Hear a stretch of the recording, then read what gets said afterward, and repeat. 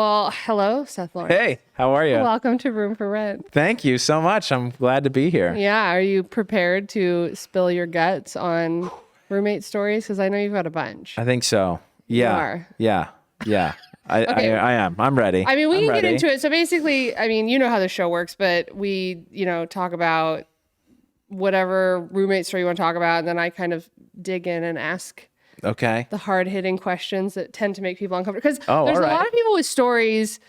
I don't usually do this at the beginning of every episode, but I'll do it tonight. There's a lot of people who Yeah. have stories and they get into it and they're like, well, I think I was the bad roommate, or I feel like I was a bad person. And I'm like, you were not a bad person. Like, it's interesting, the perspective. So we can really work through things from your past. Yeah. together on All this. right. I don't know if there's necessarily a bad or a good guy in the story that I have in mind. I feel like you're the good guy always. Oh, that's so sweet. You're a good person. That's so sweet. I know Thank that- you. I know that try to helps be. you get places in the world, but Yeah. I mean, my religious buildings. yes, exactly. I was like, I wasn't going to throw it out there. I was going to let you say it. But that's it. I know you're trying to get planets on your resume when you die. Yeah, that'd be pretty cool. be great. Architect. Yeah. Yeah. I have somewhere I can go when I die because, There's a place for everybody. yeah, there's got to be a party somewhere. Oh, yeah, for sure. I just want to be invited. I don't want my own. I don't.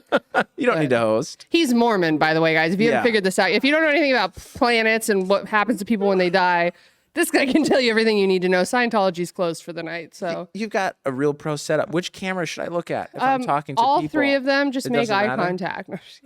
That one I think is yours. All right. All right. Congrats. Beautiful. Yeah. Thank you. Thank you. Yeah. So, so what do you have for me tonight? The story? Yeah. Are you ready for it? I want to hear the story. Okay. And it has to do with the religion I belong to. Okay, great. So the Mormon religion. The Mormon religion. So I served my mission, which is a 2-year proselyting adventure. I was in Canada, a very, Very third world exotic. country. Yeah. Educating the They masses. have a rainforest up there? No, it's a snow forest. Oh, It's cold. I had no idea. Yeah. So I am in the province of Quebec.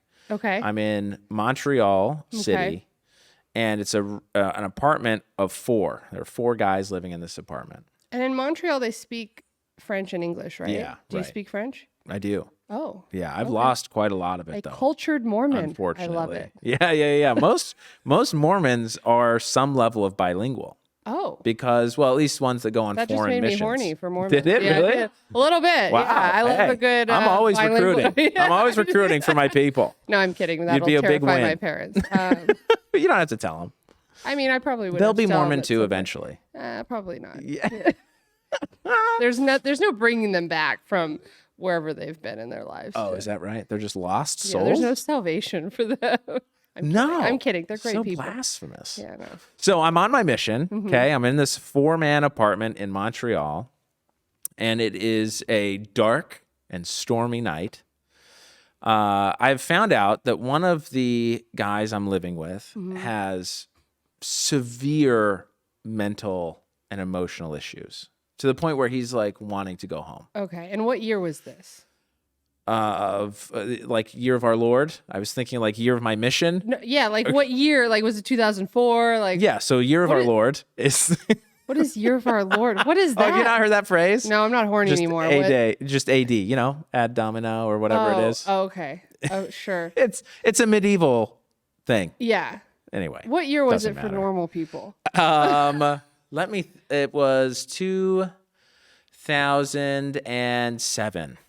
Okay, I asked because this was before mental health was a priority in everyone's life. So when you're like, he was mentally and emotionally this unwell. wasn't like last year. Yeah. This wasn't when people knew how to work through their problems. Yeah, no. This wasn't when everyone was depressed during COVID. No, this was years ago. Yeah. That's how old I am. So 2007, we are in this apartment in Montreal. I found out one of these guys has like almost schizophrenia is really what I found out that he has. But we're just told he's really struggling. He's basically depressed. He's really worried. And he was dealing with a lot of stuff. He was an immigrant to Canada.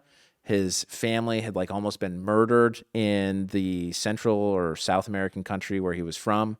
So they had fled and made it to Canada. He was serving a mission in Canada because he couldn't leave that country. So he's there. He's worried every day that his mom and siblings are going to be deported back to the home country.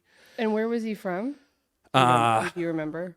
I think it was Guatemala. Okay. But I'm not sure. Okay. Might have been Honduras. Okay. I don't know. Might have been Brazil. Colombia. Might have been Chile. I have no idea. Yeah.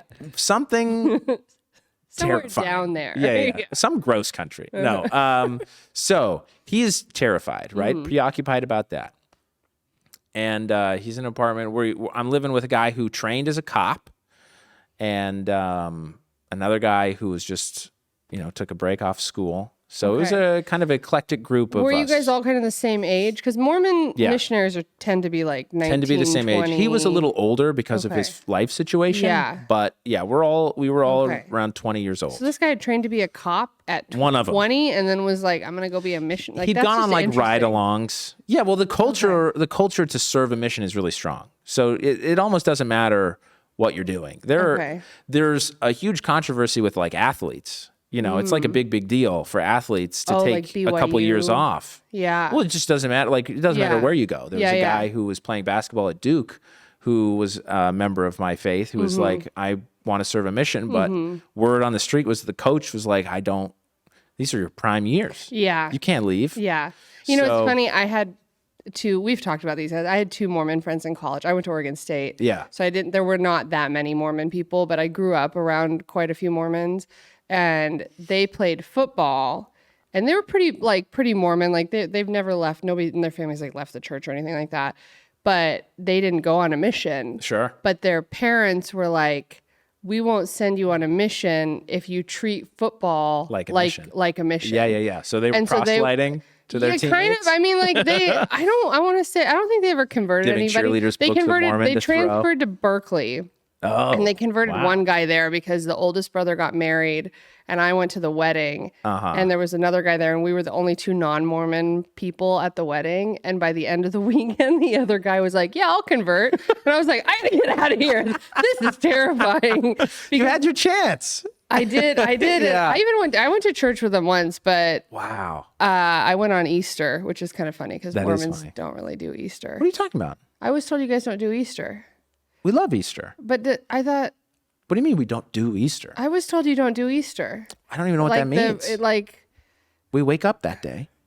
We do Easter. We celebrate it. I was just we told you don't do Easter. Special... I don't really have a reason. I just told you don't do it. Like, well, there's no Easter egg hunt at the Mormon church on Easter. Like, there's no when I went... grew up doing Easter egg hunts. Okay, but the thing I went to on Easter at the Mormon church in Corvallis, they just carried on like normal. There was no and today's Easter, and that's pretty cool. Yeah. I see what you're saying. No, there's not like a special necessarily Catholic mass. No, there's no Easter egg hunt. Like, there's no... Well, I mean, I said... in the youth ward, but... Well... Like the college, like it was like... Yeah, the YSA. Young single adults. Yeah, the desperate bishop. people. I've never seen a bishop move so fast in my life. He's like, "Hello." To you? I was like, "Hi." Yeah. He goes, "We got a lot of good men here." Yeah. He's like, "You interested in the church?" And I was like, "I'm interested in finals next week." Like, I don't know what to tell you, dude. Like, I don't know how to get out of this. I need help. Help. What's funny is when you go to like Mormon church, and I'm telling you, like my 2 buddies, like they're good Mormons, but they weren't like so Mormon. Like they cuss, I guess. Okay. Like they drink soda. Like they're not perfect, soda's not right? a problem.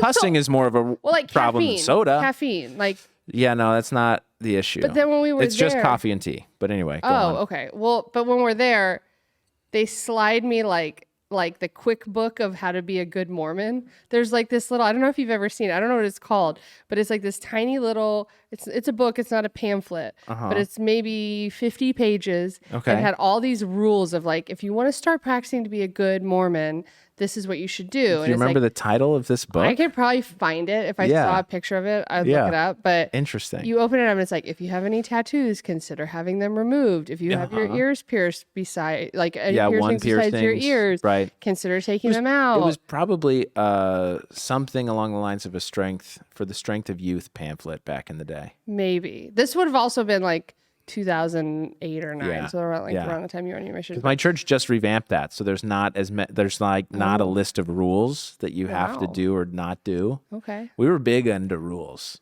I'm getting for a horny long time, again. and now it's like a little more loosey goosey. Good. I've watched some of the documentaries lately. There's I've seen There's some good ones. Changing a little. Yeah. We murdered a lot of people, apparently. Anyway, people have been upset for a while. It's nice you guys finally came around too. But anyways, we'll get back to your story. But yeah, I'll find you the shorthand book of how to be a good Mormon. Yeah, I'm interested because as a missionary, you have what we call the White Bible, which is a rule book for missionaries. Okay. How you basically it's just a bunch of situations where you can't be alone. It's like you always got to be with your companion. Like even if you go to the bathroom, right? Like they have to stand outside the door. Well, yeah. Not in the stall with you. No, but yeah. Around. I mean, like before we started recording, I went to the bathroom. If we'd been companions, you would have had to come. Oh. No. That would have been all right. You wouldn't have just went outside. And, okay. Yeah. Okay. Yeah. That would have been okay. I mean, now granted, there's levels of like people who are, there's letter of the law people. Yes. That guy right outside. Interesting. Yeah. Me, spirit of the law kind of guy. I'm somewhere in the middle. You also do comedy. I trust you. So you're not going to run away. Yeah. What is the point of that not being alone thing? Liability, I think, is one. Safety is another. Okay. And then there's temptation. Yeah, for sure. There's also some level of kind of scriptural fulfillment because there's a lot of verses in scriptures that we read and believe in that talk about truth being established by multiple witnesses. And so you have two, there's a lot of, preaching by two. I feel like this could help in crime situations a lot. It's for sure. If you want to get out of crimes, just have a witness with you at all times. Maybe not get out of them, but it's called conspiracy. Yeah. That's what it is. So they kind of already have that. Okay. Yeah. So you have the companionship. Yeah. And so it's me and my companion, who was a curly-haired, he was a love ball of a guy, just a great guy. So he and I got along really well. The guys we were living with, one of them was a guy training to be a cop, hilarious, had some of the craziest stories I've ever heard. And then his companion, who was this guy who was like on the verge of a mental breakdown because of his life situation and just his own issues. I picture like today's cops who are like not the best people. Like if you think about the stereotype of a cop and you think about a guy who's like on the brink of really falling apart. I don't see that as two people being able to and solve obviously, problems. one was white. I told you another one was from Central America. So you've already got a problem. Oh my God. So we are living in this apartment building and the apartment building has the security door and then, the main entrance door. The security door was broken. So it was flapping in the wind all night. It was like a big, heavy glass door. Okay. So we're all trying to sleep up and we have bunk beds. So fun. Were you top or bottom? I was top. I was top. Top bunk bed. We'll specify. Top bunk bed. Yeah. So, so I am sleeping in the top. No, I was a bottom bunk bed. I was a bottom. My companion was Tables the top have bunk turned. bed. Yeah. He's Whole the different bottom. story now. Whole different story. So I was very powerfully sleeping in the bottom bunk bed. And cop gets up to go to the bathroom. Okay. And door is banging, and we hear cop's companion, kind of whimpering. And this had happened a couple times where he'd like had some bad dream or he was just having an episode and he was like, whimpering. Okay. Cop's going to the bathroom, comes back in, and his companion screams when his companion comes back in, right? Cop comes in, this other guy screams like bloody murder. So my companion and I both like jump awake because we have no idea what's going on, right? We're like, what is happening? And cop is like caught like a deer in headlights just in the middle of this room, terrified to move because none of us knows what's happening. He starts shouting out, "Don't kill me." Okay. Guy up in the in the bunk bed. He is like or he was in the bottom. He is cowered in like the fetal position. And is he awake? He is fully awake. Oh boy. And has had an episode and thinks in his own mind that we are going to kill him right there. And that his companion who just come out of the bathroom was ready to do the deed. So he is freaking out. So we all get up and we are trying to calm him down. But how do you calm down somebody who thinks You are going to murder them. You don't. You don't. So he is like almost running around the apartment away from us as we're trying to calm him down, right? Eventually, he settles down there's an electric keyboard that we had. Mm-hmm. He settles down there and starts like playing music and kind of comes out of it. And was he good at playing the keyboard? He was pretty good. Okay, cool. Yeah. All right. Oh yeah, he was pretty good.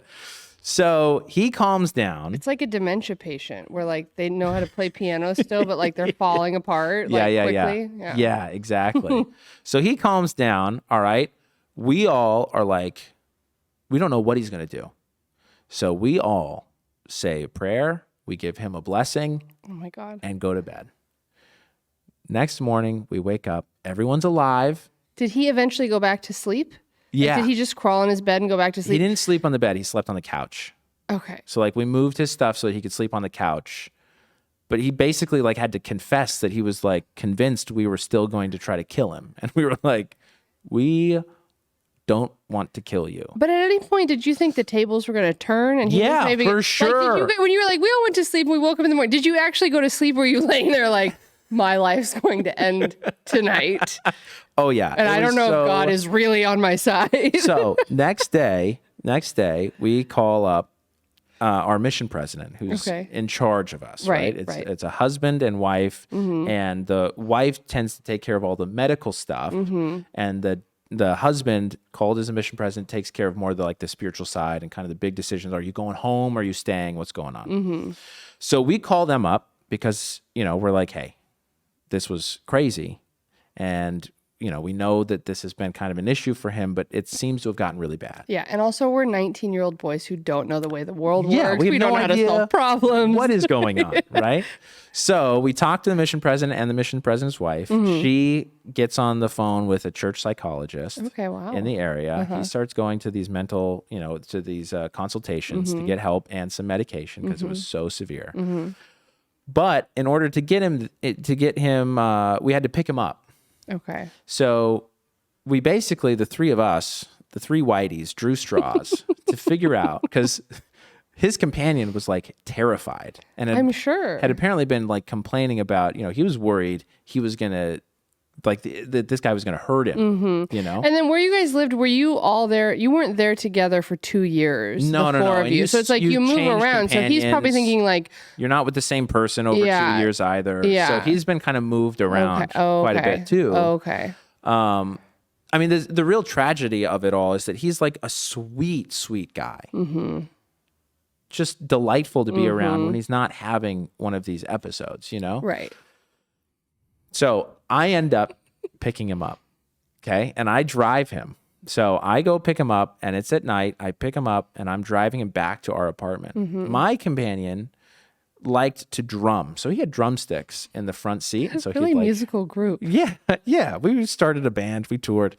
So I am driving him back, but he is like fidgety as I'm driving him. And I start realizing like, who knows what he's going to do to me, and I have no cop training. So what am I going to do? Right. I'm out. Yeah. But I'm driving him back, and he picks up these drumsticks and is just looking at them. Doesn't play with them. Doesn't fidget with them. He's just looking at them. But wasn't he supposed to be on some medication by this point, or no? This was like his first or second consultation. Oh, okay. And so he might have been, but it is a real issue trying to dose correctly. So, and I didn't know that. I didn't know any of this, at the time, other than I knew that he was getting help. Right. You But so he's sort of having an episode the entire time this is going on. And so is it kind of going like it comes this? and goes. Okay. Yeah. So you think you get in the car, you think everything's cool, and then all of a sudden he's he's like looking. This could be a weapon. Contemplating these drumsticks. Yeah. No, nothing happened. Yeah. I got him back. Okay. He was fine. He ended up going to, be with his family like 2 weeks later. But that was one of the times I was probably most terrified on my mission, was that kind of 24-hour span of him screaming in the middle of the night, bloody murder, and then me picking him up from one of his first visits and taking him back to the apartment. So what did you learn from that, though? Because, like, obviously, like, on one hand, you could argue the story's a little anticlimactic because nobody died or anything. Like, you didn't make it really that interesting. Well, I'm sorry. No, but I'm just saying, like, there's, like, sort of a moral of the story there because you definitely learned something. It's stuck in your memory. It's not something that just sort of escaped your brain. Like, I don't remember things from when I was 19 that were insignificant, but like it's obviously a very significant moment in your life. So Did you have more grace for people after that of just like what they were going through mentally? Like in a time where we were really not talking about it all the time like we are now? So my mom is a marriage family therapist. So I kind of grew up with this mentality of,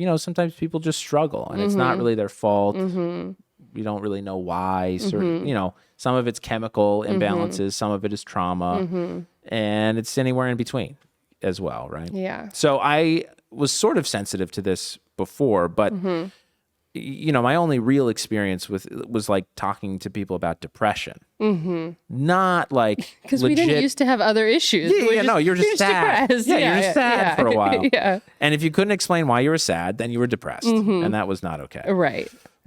But I think what changed for me with this was like legitimately voices in his head, right? So as I'm talking to him, because my strategy when I saw him like start to look at these drumsticks, I was like, hey, how did it go? If you feel comfortable talking to me, is there anything you want to talk about? And so he kind of, explained, well, here's what's going on. And he also felt embarrassed because he's fully conscious of what he's doing. Yeah. So he felt embarrassed about like, but it wasn't to the point where he was like, it wasn't like, I know you're not going to kill me either. It was like, so then I realized he's not necessarily looking at that as a weapon in aggression, but in self-defense, because he doesn't know what I'm going to do. Right. And he's convinced that you're going to do something. That I might. Right, yeah. Right. Yeah. So after I swerved a couple times. Did you really? No, of course not. I was like, that's not a horrible strategy. Just scare him straight. Exactly. Literally. So no, I think it helped me. It also helped me realize that like you can be doing, in my mind, what is good and righteous. We were all on our missions and we're kind of taught you're protected as a missionary. And there's varying degrees of like how you can apply, how you would think to apply that. Like, well, maybe there wouldn't be these demons in this guy's head because he's not serving a mission and he's preaching the gospel. And so he would be protected. And no, that's not the way that works, I don't think. No, arguably, people are like, well, it doesn't work at all. And that's fair. And then there's people who are the opposite, who are like, what do you mean it was working the whole time? Yeah, he wasn't righteous enough. Yeah. And that, who knows what he was doing. There's a lot of guilt there. A lot of issues. That's so, I don't know, it's so interesting. So was he diagnosed as a schizophrenic? Yeah. Yeah, that's tough. And the thing is, I think is really hard about that, and I'm not going to try to like woman-splain this to you because you probably already know. Maybe from having, so I went to school with a guy who, he wasn't a roommate or anything, but he was like in our circle of friends and he came to all of our parties and he was very sort of like artistic and cool and fun and like he like we all just like hung out and fit in together. And then towards the end of college, he started to get just odd. And it kind of gets to the point too where, especially if you're in college, like I went to a state school and everything. And so people get into weird stuff or they get hooked in with certain people. And I was never a drug person. So if people went down that path, that was not like a world that I was privy to or cared to be a part of. Right. So it's like, maybe he's doing drugs or like maybe he got some weird weed or like he would call me and sing Kanye West's RoboCop. Oh. He would like, and I just thought he was like drunk dialing me. And so he'd call me like, da, da, da, da, and he would sit like mumble the words. Yeah. But he was sort of musically inclined, like your guy. Interesting. And so he would play the piano and he would like sing RoboCop to me. And I'm telling you, I wish I still had the voicemails because there was like a holiday, I think it was Christmas. And he was calling and leaving me all these voicemails singing to Kanye West music. And I would play them at the table because I'm like, isn't this odd, but like sort of funny? Yeah. Because I didn't know what the problem was. And he was pretty good? No, it was like a drunk dial. So it was kind of like, it was just like funny. I don't know. Yeah. And was he trying to seduce you with these? Or what was his? Yeah. Okay. Yeah. I mean, like we had kind of like, we would flirt or whatever. But then he just kept getting weirder and weirder. And I was like, I don't think this is the guy for me. And then how many calls did it take before you were not like, that many. I think not that, but then he just kept calling. Like, you know, people, of course. I mean, you don't drink and you're probably not around, well, you're a comic, so around people who drink, but like people don't really drunk dial anymore like they used to. Like I don't, in the last like 5 or 6 years, like people are not drunk dialing me like what they once were. Why do you think that is? I think texting is just so popular that people probably drunk text. Oh, they drunk text? I that also don't drink that much. I don't go out. Like comedians, like we all talk to each other so much. I don't think there's a desire to like drunk text, you know? I mean, unless you've got some sort of latent, like I haven't talked to you about how I feel. But so then after he was in college longer than I was, and then I think I graduated, and like a year later, it came out in the news that this man was like running around town naked. And Corvallis is pretty small. It's a true college town. Yeah. And he had run into somebody else's house and hid in their closet or something. Wow. And then it was like a couple, and the husband found him and like kind of beat him up because thought like, who is this naked? Yeah. Like, what the hell is wrong with this guy? Right. And then I think he got arrested. Good answer is to beat him up. Yeah. And then I think the cops who arrested him realized he was having some kind of episode.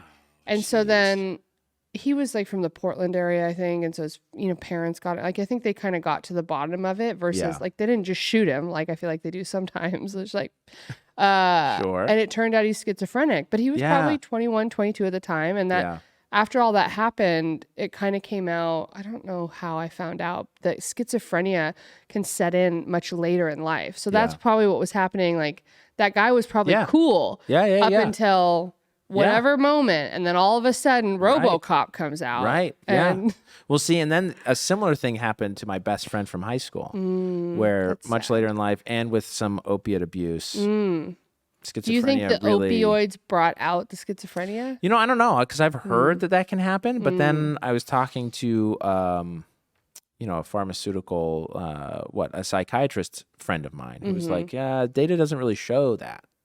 I would think that more with like acid. Like other what's drugs, interesting? He actually said weed does that. Yeah, there's a lot more studies coming out saying that weed like can trigger. Yeah. We all have a little latent schizophrenia in our minds. Well, I mean, if you're gonna, paranoia, if that's a side effect for you, maybe don't indulge in something that makes you think everyone's out to get you. Cocaine can make you really paranoid too. I've never done it, but like if you watch the Belushi documentary, they talk about how paranoid he got at the end because he was doing so much cocaine. And back then, that shit was 100% pure. Now it's like 40% pure. So if you're paranoid after snorting baby powder, like you probably do have schizophrenia. And I just call that guilt from sin. Oh. You just know God is going to judge you. Okay. No. So my friend... I don't have a response for that. So what's interesting, kind of as maybe a button to all of this, what did I learn? Well... my best friend from high school developed his schizophrenia much later in life. And so I'd come home from my mission. Oh, like after my mission later. Oh, wow. So I came home from my mission. He and I were still really good friends. He went off to his, to school. And I mean, he was brilliant, like one of the smartest guys that I knew, and basically lost his mind. Wow. With drugs and just his mental illness. Yeah. Lost absolutely everything, and has been in and out of rehab and in and out of still prison. Is. Yeah, like I haven't heard from him for a while. Wow. But last time I talked to him, he definitely was going through something because he was like aggressive with me over the phone. You're like, why would you do X, Y, and Z? And it's like, dude, that's sad. I talked to you about these things before. It was just so it definitely made me more prepared to deal with that. Yeah. And to kind of be there as much as I can be for him. Maybe not take it as personally. Not as personally, and realize that you do have to set boundaries with people, and it's not like an out of hate thing that you protect yourself sometimes from certain forms of contact or amount of contact. Yeah. And that's hard. That's a hard thing to realize, I think, when it's someone that you really care about, Oh, yeah. I mean, I don't think I had any real like friends growing up that went off the deep end. There's people I don't talk to anymore. I'm glad you went with that like I thought you were going to end with, I didn't really have any friends. Oh, no. I mean, I think I'm a kind of a small group person, but like all my closest friends, especially my female friends, have all like their mothers, their doctors, their physical therapists, their nurses. They're together. They're together. And and everybody's had their like ups and downs. Like some people have gotten divorced and some people have got like kids with issues or whatever. Like everybody's got their thing, but nobody's like became schizophrenic, which like I don't have any judgment. Like there's that's not people who are fault. schizophrenic that have it. They get the help they need, live wonderful lives like that. Well, I think it's that's all great. a spectrum too. Yeah. Right? Like there's varying forms of it. Yeah. But I never had, like, that would make me really sad if one of my close friends had gone off the deep end like that. Like I've always said, and this is like a hard thing for me to admit because I, like, there's part of me that, like kind of wants to be a hero. Like I like to solve problems. Yeah. But when it comes to people's like mental struggles, if I don't feel like I can help them or like if I feel like I don't have the patience to like listen to them day in and day out, I have a really hard time like being there for them because I'm doing so much in my life. Like this is where my narcissism comes in where I'm like, I'm doing so much that if I take like days and days and days to like help you just get out of bed in the morning. Yeah. I don't know if I can do that. I don't know if I'm equipped. Like I don't know if I'm emotionally equipped to really help. Like, I don't know that I could date somebody, for example, that had like really severe, like a very severe bipolar or I feel for those people, but I just don't know. Yeah. I mean, maybe it would change if you like really love somebody, but relationships are hard enough. That's what I'm saying. I'm like, I've been single for most of my life. I don't really do the relationship thing unless somebody comes along. Between someone who is willing to do the work and try to get the help and someone who's like, no, I'm fine. Yeah. Like, I'll manage. Yeah. You know? And I'm kind of a forward motion person where I like to like, okay, something happened. I don't like the way that made me feel, but I'm going to take the necessary steps to hopefully not let that happen again. Right. You know? And I realize as an adult, especially doing comedy, you really realize like how many people are incapable of doing that. Yeah. Because they get stuck in like some repetitive cycle of like they can't get out of their own way. And I'm like, no, I got to do this. I got to do this. I got to produce a show. Like you're very good at that. Like you're always making moves and like moving forward. And thank you. Yeah. I mean, you're welcome. I try. I mean, you do. Like I don't see you all the time. But you're always working. Like when I see you, you're not like, I've just been sitting at home, like being a dad. Like you're always doing things. Like you're working at Nightcap and you're doing all this stuff. And so it's like, I don't worry about you because maybe I should. Maybe. God worries about you. Yeah.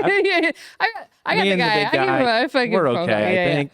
But so it's just interesting because I feel it seems like there's so many people with mental illness who right now are so crippled by it. Yeah. And I can never figure out if it's like, the social media thing or the times we're living in, or it's like we're talking about mental illness and mental health too much now to where everyone's like, well, I have anxiety and I take medicine for my anxiety. I'm like, do you really have anxiety? Yeah. Or are you just like your dog? Yeah. Are you just weak? You know, like I know that sounds really harsh. Like there's probably going to be people that are like, oh my God, I can't believe you're such an insensitive bitch.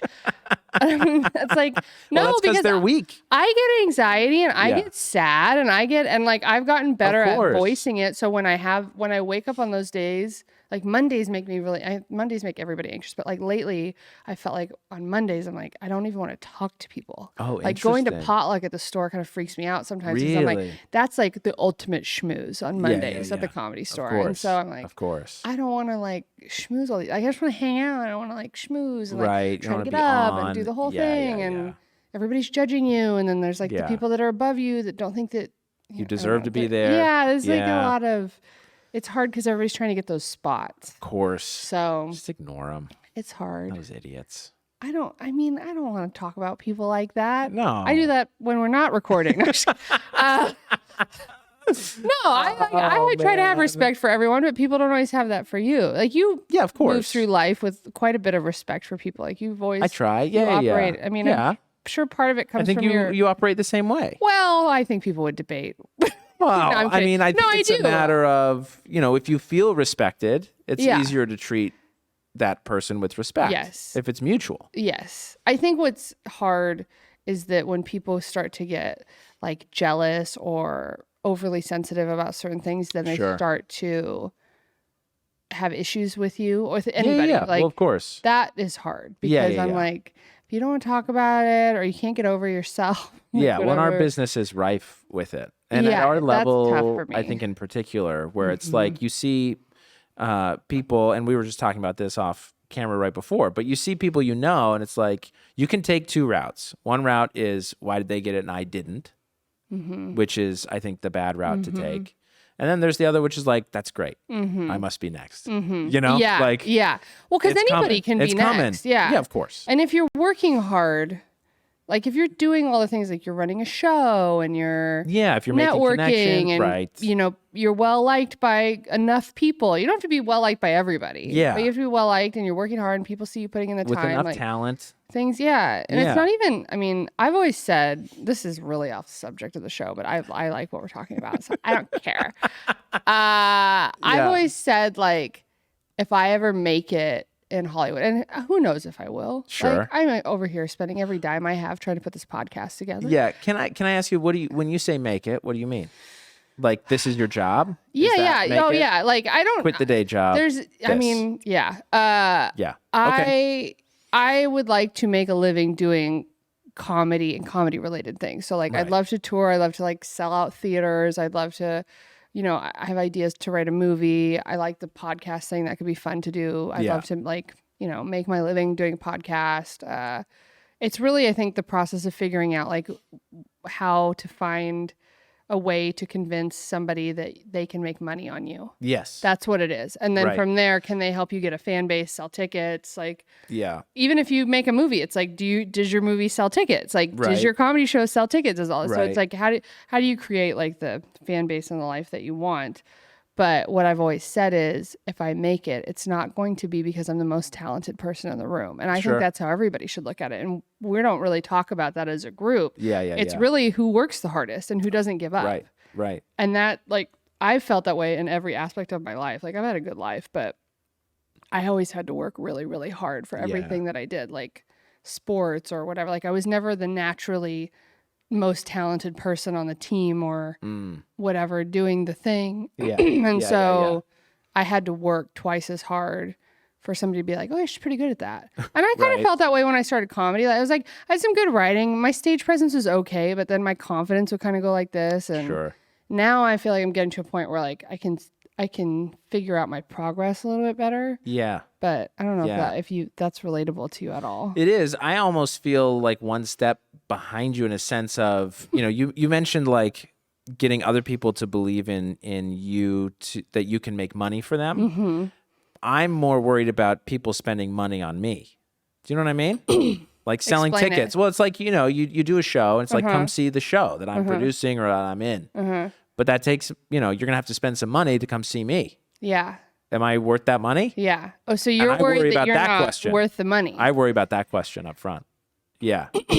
Interesting. So you got to get over that. Well, especially because you're getting booked on, like, you're doing good shows. I'm doing good shows. Yeah. I'm doing good shows. And you've run good shows. Of course. And you've got you have a lot of stuff going on. Yeah. I'm just saying that's the mental thing that I'm dealing with. You know? Somebody told me something recently. Yeah.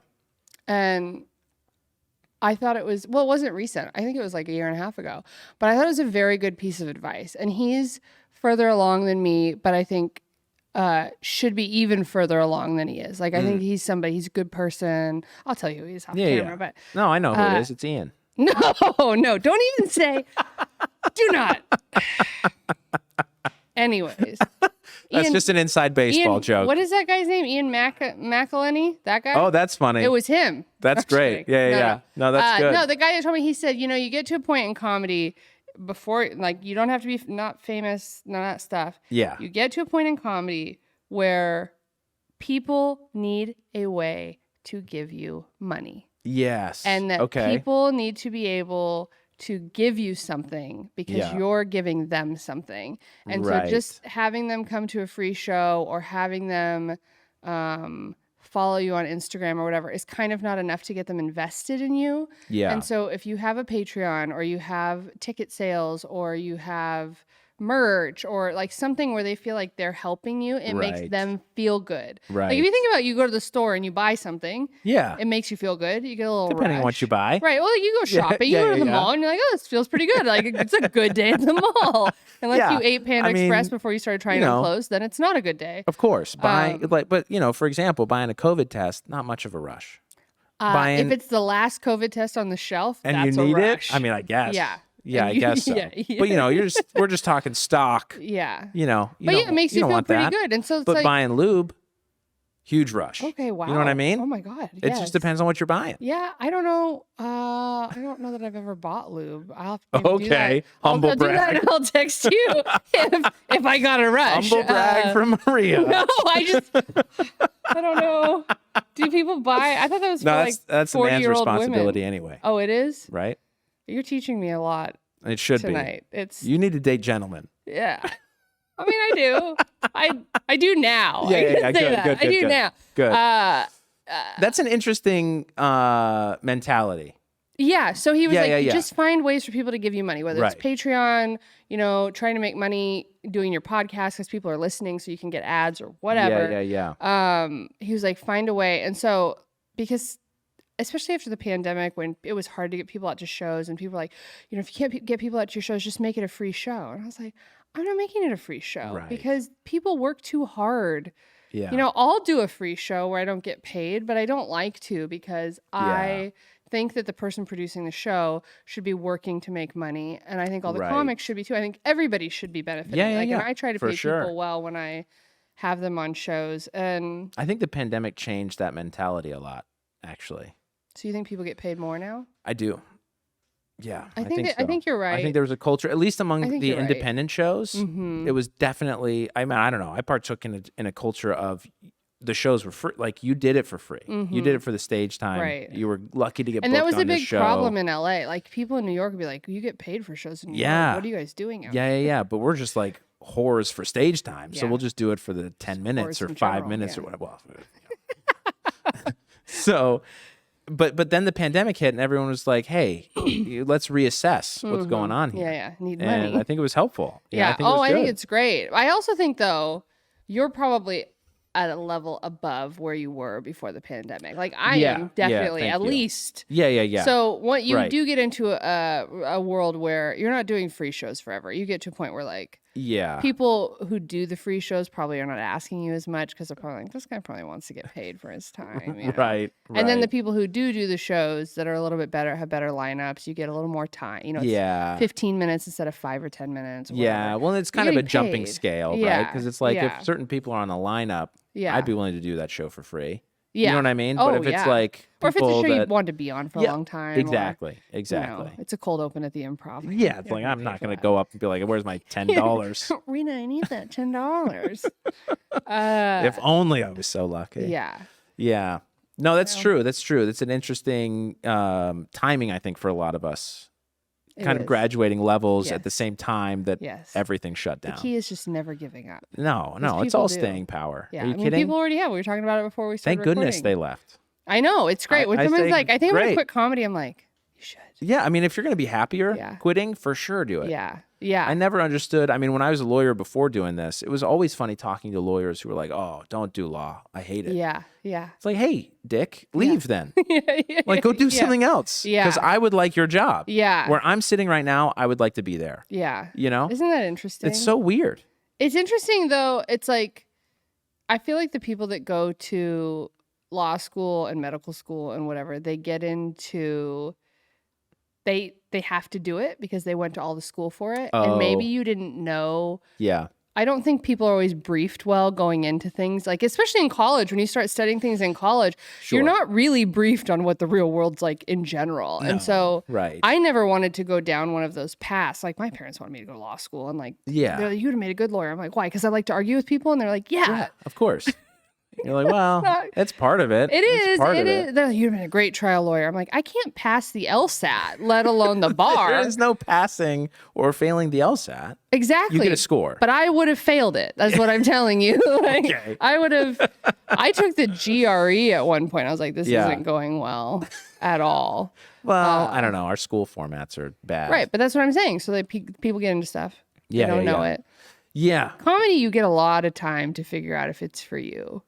Yes. And so if it's not for you, I think people quit like by year 5. Oh, interesting. And then I've always said like women quit once they get to an age where they feel like they're supposed to be married and have kids. And if their career's not somewhere where they can kind of go, then they're like, I think I'm gonna have a family. Yeah. Yeah. Yeah. I don't see myself going down that. Yeah. Do you feel like you're at that point? Well, I'm 34. It's time to So my eggs are dying. Freeze them, you know? Yeah, that's freeze what my mom wants. My mom's like, freeze your eggs. Yeah. Like, give me money. No, I'm just kidding. Yeah, so. Yeah, that's an interesting issue that male privilege comics don't have to deal with. Mm-hmm. Yeah. But and you've already got the kids. I already got the kids. So you got that out of the way. So yeah. But can you imagine if some of these comics had 4 kids and then they were trying to do comedy? Well, I don't want to name names, but oh my God. Well, I mean, there are comics where it's like, you shouldn't have had kids. People might think that about me. No, I don't think people think that about you. I mean, crazy. It's crazy what we have to get licensed for and what we don't. Yeah. Oh, yeah. Yeah. That's wild to me. Yeah. You can just make people. You have a license to argue. Yeah. But not a license only to in North Carolina. Is that where you're from? No, but that's where my wife and I did our graduate schools. That's where I worked. Oh, where are you originally from? Utah. Oh, you are from Utah. That's what I thought. I was like, you look like you're from Utah. Yeah, I mean, it is. There's like a Utah Mormon look. I think. Yeah. I don't know what it is. Maybe the oxygen's just good there. I think you guys hogging the oxygen. Only hot people move to Utah. I think is also part of the vetting program. Oh. No, I don't know. I mean, maybe it's just all the inbreeding. We're on the good cusp of inbreeding, where it's like. Is there a lot of Mormon inbreeding? I mean, is that a thing? Not really. Oh, okay. It depends on how It depends on how big the scope we're talking. But there's a lot of pressure to marry within the church. So in that sense, there's inbreeding. But it's not like within But at the same time, you guys families. are always recruiting outsiders. We're trying. You're like, that should be the tagline. The tagline of Mormonism should be like, join the church so I don't have to marry my sister. Like, that would be great. Yeah. We've got to get more people in here. I don't know how that campaign would work. It would be so funny. You should do. You remember the family? It's About Time. Did you see any of My People's commercials? I wasn't part of the targeted audience. Interesting. Maybe I will be now after this. My phone's been listening to this whole conversation.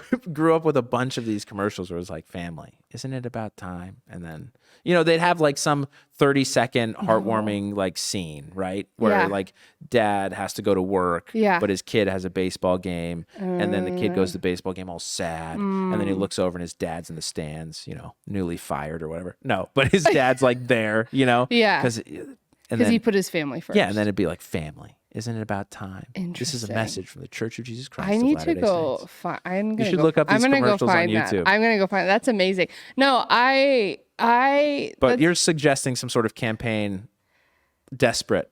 Yeah, like desperate. Hey, because I mean, is Mormonism conversion like new members? Is it on the rise? Are you guys doing well right now, or is it going down? It depends on area of the world. I think we're doing better outside of the U.S. than inside of the U.S. Interesting. Which also is interesting because I feel like outside of the U.S. in a lot of places, family is more important. Well, it's certainly within the Hispanic cultures. Yeah, or the like church is doing in very Africa, well. For example, like family, like community. Like there's a sense of community in other cultures. It's like way more important than it is here in a lot of ways.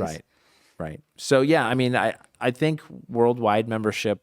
Last they published was around 13 million or something like that. So, has it ever gone down, or has it do they ever have meetings where like, guys, we've dropped down to like 11 million. You got to get out there. I am not privy to those meetings. I see those. But, anecdotally, there's a lot of our generation that are leaving. Like I have a lot of friends who have left the faith. How does that make you feel? When people our age are leaving, how does that make you feel? Like, do you feel disappointed? Do you feel like your community is leaving? Not necessarily. I mean, when it's people I know, like close friends of mine who have left, it's sadder to me, obviously, because there's that personal element to it. But it's not like Scientology where like you can't ever talk to them again. No, which is for people who don't know. No, I just choose not to.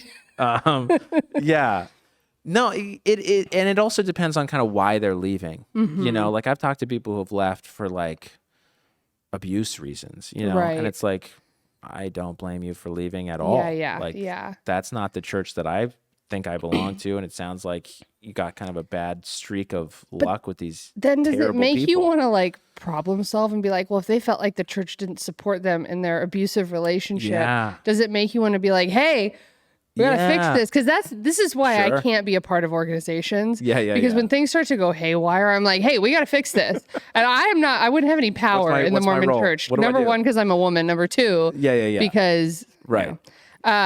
And no, go on. But I would become but I would just like I would be like, hey, we gotta fix this. Or it's like I remember I watched some documentary about the opioid crisis within the Mormon church and how there was a big, I think especially in Utah, there was like a big issue with people getting hooked on opiates and the church wasn't willing to talk about it until I think one of you probably know about this story, but like one of the bishops had a family member or somebody who OD'd, and that it wasn't until that happened that the guy was like, hey, we got to start talking about drug problems. I'm like, so you're gonna let all these other people have major drug issues, but until your son dies or whatever, enough to care about. The thing. Yeah, no, I don't know. I mean, it's definitely an issue and has been for a while. I mean, part of the problem is that people are going to cope with life, and religion might not do it for them. You know, and drugs are pretty effective. You know, at blocking out certain things. You say that like you've considered it. You're like, you know what? Having a bad day as a Mormon. You know, they must be. Everybody's doing them. I don't know. So, I've never done. Yeah, I've never done. But I mean, it's one of those things where it's like, and how do you talk to people about it when there is, unfortunately, with every religion, there's always a little layer of shame with anything not conformist. You know, and I think my church is trying to do better about that. I mean, certainly congregation I'm in, we feel great. You know, like everything seems to be okay. You know what I mean? Like people are talking about things. If it's an issue, you know, it feels better. That's good. The congregation I grew up in, Utah, was definitely like, it's perfect today. You know, like, how are you doing? And it will be perfect. You're Forever. doing great, right? You're loving it here, right? And it's like, I guess. You're like, and what happens if I say pills no? And you feel much better. Oof, you know? Do you have other Mormon friends come to your shows? Do they come out? Yeah, people from my, from my ward, from my congregation, they'll come out. They come out. Do they enjoy that's a big it? reason why I started the Clean Show. Is to help them feel a little bit more comfortable coming out. Because some would come to the Comedy Store stuff when I was doing the Bringer shows there. And you know, it's a mixed bag. But it's also like the Bringer shows are just... You never know. It's all like going to any stand-up show is the best gamble you can make. Because anything can happen. But a Bringer show is a special variety of gamble. I don't recommend because it can be really bad. So if you like really bad entertainment, go to some Bringer shows. And some people do.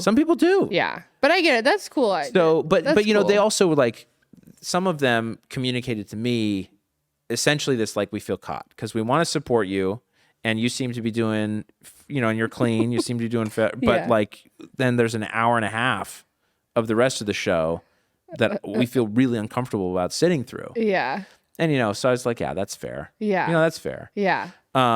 So that's why I started the Clean Show. And then that's cool. People who, and then you have to realize too, like, not everybody likes stand-up, which is crazy to me, but not everybody likes it.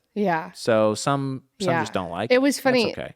You probably will never watch this, but the Hillary Clinton, Chelsea Clinton show on Apple TV Plus. I just don't see it as being. I mean, I don't have Apple TV Plus. Oh well, I think it's because they added that show. Which is we're talking about Hillary a lot. You and Gutsy. We do. It's called Gutsy, but she was so brave. They have the first episode is all about women in comedy and female stand-up comedians. So maybe you would enjoy. Why? Yeah. Why was that the starting point for Hillary Clinton? I don't know why it was the starting point, but it's all about women. The show is all about women in different aspects of life and like what they're doing. And Hillary and Chelsea I think they go to Caroline's in New York. And they're sitting at a table and Lori Kilmartin's there and Wanda Sykes is there, and then a few other comedians that I wasn't familiar with who were like New York comics. And they're talking about stand-up, and Chelsea Clinton is like, I never liked comedy growing up.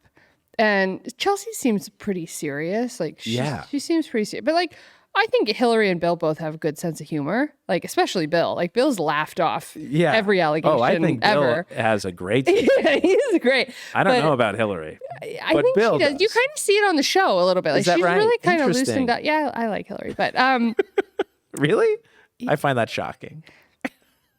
I love Hillary Clinton. I know. But anyway, so Chelsea says that, and of course, Lori Kilmartin's like, "What do you mean you don't like comedy?" Because it's like you were sitting at this table, and Chelsea goes, "Ever since they made fun of me on SNL when I was a kid, and SNL came after me, she goes, I just never really thought things were funny because I didn't like the way that made me feel. Sure. And I was a kid." And she goes, "I get that SNL has to make fun of people, but I did think it was kind of out of line for them to make fun of kids." Yeah. And I don't think SNL makes fun of kids really that much anymore. Like, they never went after like Barron Trump or anything like that. That's interesting. Yeah. So, but then after that, all the women were like, "We need to show you good comedy. Like, we need to show you like the good stuff that you would enjoy, or like we need to figure out what you think is funny." And so then after that whole conversation, she was like, I want to like come see you guys and like that, they tape them at a show and everything, having fun. I was worried you were going to say she wants to try it. No. Can you imagine? Chelsea Clinton's at potluck this week at the Comedy Store. Yeah, I mean, she's going on after T.I. There was some random thing where Dave Chappelle helped Will Smith do stand-up. Did you know this happened? This was maybe like 7, 8, 10 years ago. I'm not surprised, but the David Letterman Will Smith interview on David Letterman's Netflix show is taped at the Comedy Store. Is that right? And it was pre-slap, obviously. Yeah, but it's just like, really, dude? Just take everything that we have?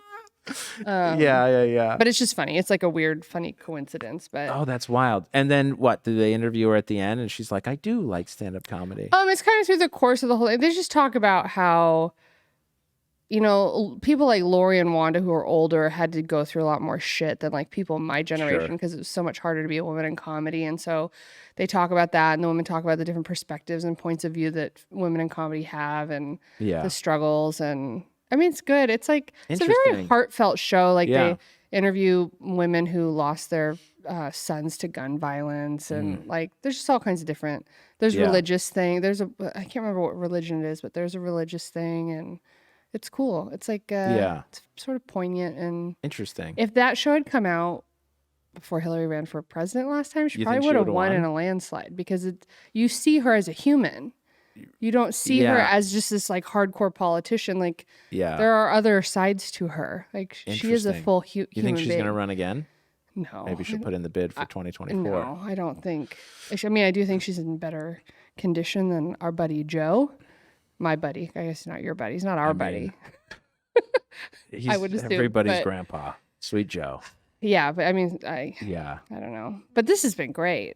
I've loved having you on the podcast. Well, thank you so much for having me. And I feel like you've got more stories up your sleeve. You could come back on. I would love to come back on. I think we'll have you back on. I have some the issue is I lived with my parents for so long that like that counts. I don't really have I'm sure you have some crazy. I have some other stories that I could definitely share. Yeah. Well, you could even talk about, I mean, just living. You're a stay-at-home dad. I'm a stay-at-home dad during the day, and you do comedy at night, and living with 4 children, right? Doing all that. It's you were describing kind of your mentality about like I don't think I could help somebody through a mental illness. Yeah, which makes me sound like such a great person. Well, we all got to pick our battles. Yeah, I don't think anybody should judge you for that.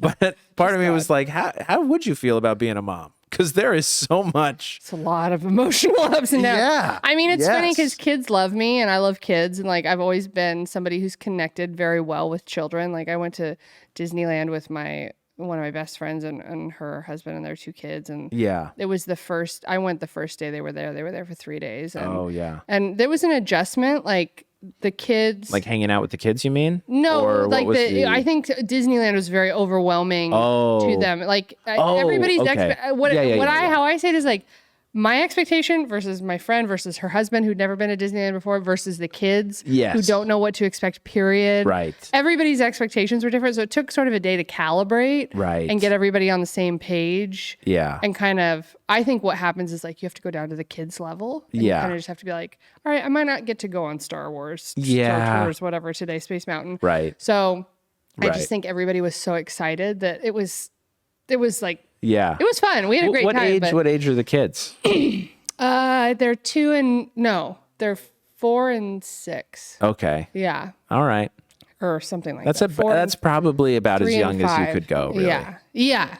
And they had a great time. I mean, I did fun things, like I said, before we got there, I FaceTimed them and I said, you have to pay really close attention because when you get into the park, there's going to be music playing. And every time you go to a different part of the park, there's going to be different kinds of music playing. So if you remember when you get there, just think about that because you might be next to Sleeping Beauty's castle or whichever one. Sure. And you might hear, princess music, or you might hear, and I'm like, these kids are so young. They're not going to remember this. They're smart kids. But sure.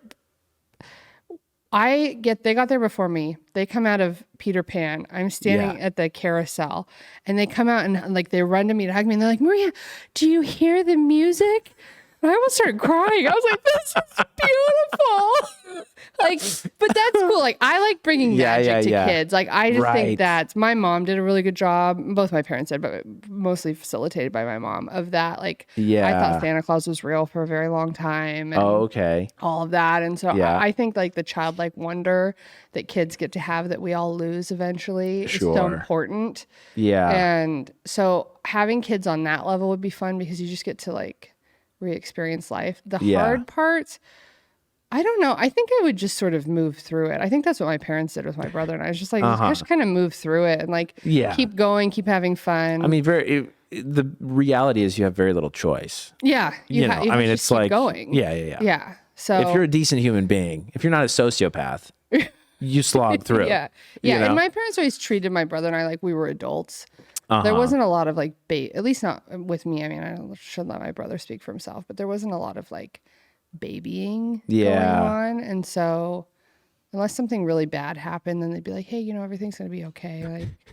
I love you and whatever. But when shit would happen, if I got bullied at school or something, my mom would be like, don't listen to those people. You're not them. They're not you. Right. They don't know your life. So when people now are like, I get bullied, I'm like, ignore them. Move forward. Just keep going. Step away. These people, my mom goes, they don't make a pimple on your ass. That's what she would say. I'm like, I don't get those, but if I get one, I'll be like, hey, that was Trisha. I don't know. Well, there's a lot of, you have to agree with me and what I think. I think just culturally now, which is why bullying is so effective. Because, I grew up similar to you in the sense of no one cares what you think. Yeah. You know what I mean? No one. Just until you're 30, no one cares. Be smart and be quiet. Yeah. And things will be okay. And work hard. And eventually somebody will take you seriously. And if they don't, you can just start a podcast and wear a pink hat and then interview and force people to about listen their religion. To you. And then market the shit out of it. Yes, baby. Yeah. Well, we'll have you back on. I'd love to come back. Before you go, where can people find you on the internet? Yes, you can find me on the internet. SethLawrenceComedy.com is my website. My Instagram and Twitter handles are Seth T. Lawrence. Try to make it easy. Okay. And do you have TikTok? I do, but I'm not really on it because I don't trust China. You have you trust Mormonism, Meta. But you don't. I trust Meta. You trust Meta and Mormonism, but you don't trust China. I trust God. Yeah, I do. Interesting. But I don't trust the Chinese government. Interesting. And the Chinese government's real. That's the thing. Well, that's the problem. That's okay. You're so smart. But I do have a TikTok. I have a few videos on TikTok. Okay. And then what is it? Is it Seth T. Lawrence? Yeah. Okay. Seth T. Lawrence on TikTok. And you've got 4 kids. You need to be putting them to work just like the Chinese government wants you to and make the videos. Right? Get them their facial recognition scores. Yeah. You got to do that. And I also have a podcast called Disorganized Religion. Check that out. It's a very fun podcast. I talk to comics. It's very similar to what we did here today. I sort of usurped your show. I was going to say, I think I see your agenda. Do you do this at every podcast? I did not mean to do that. I'm not sure about that. Mormonism's such a weird thing that eventually people, you know what I mean? People talk to me about it just because, and it's a huge part of my life. So any I like crazy talking story to you about it because you're the only Mormon comic I know. Well, thank you. In LA. You might be the only one in LA. Are there others? There's, I don't know how many unsuccessful ones there are, but there's definitely one other one who is very much bigger. Oh. Can you say who they are? Is there Mormonism on the DL? Kellen Erskine. Does that sound right? I don't know think who that's that his is. name. Oh, He did sorry. JFL a few years ago. Okay. There's a great documentary series about that year of Fresh Faces or New Faces that he's in. And so it highlights him, his family. Wow. They don't really get into the religion side of it too much, but they don't want to scare people away. Yeah, right. Well, it's like, who cares? But anyways, so that you can find that. And he's the only other one I know of that's in the area, but I don't even know him. Yeah. Yeah, but we'll plug all of his stuff anyway. You can find him on Yeah. I'm just kidding. And Travis Kleiber and I, we do that Disorganized Religion podcast together. We are starting a Patreon soon. So actually, in talking exciting. about how to get people to pay me and get invested, I and he are reviewing Under the Banner of Heaven. Wow. So I have not seen the whole series. I haven't watched it. He has watched it and has been itching to ask me questions about it. But you guys should also read the book so that you can really get into it. I know. We should read the book. The problem is the book and the miniseries are different in the sense that the guy who made the miniseries wrote in a whole new narrative, created a whole character that is so problematic. Oh. And I didn't know that. Yeah. Interesting. But you should talk about that on the podcast. Anyway, we won't get into it here. So that's what I do on the Patreon. Yeah. So anyway, so we talk about that. That's amazing. Okay, cool. But I do need to read the book because I've been told it's very good. Who reads? Yeah, I know. I'll get an audiobook. Yeah. I'll listen to it. Whatever.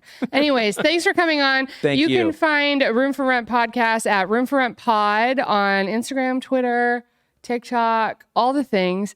And we are on Spotify, Apple Podcasts. I always forget to say that. So check us out. There's a Patreon too, Room for Rent. And we'll see you next time. Thanks for tuning in.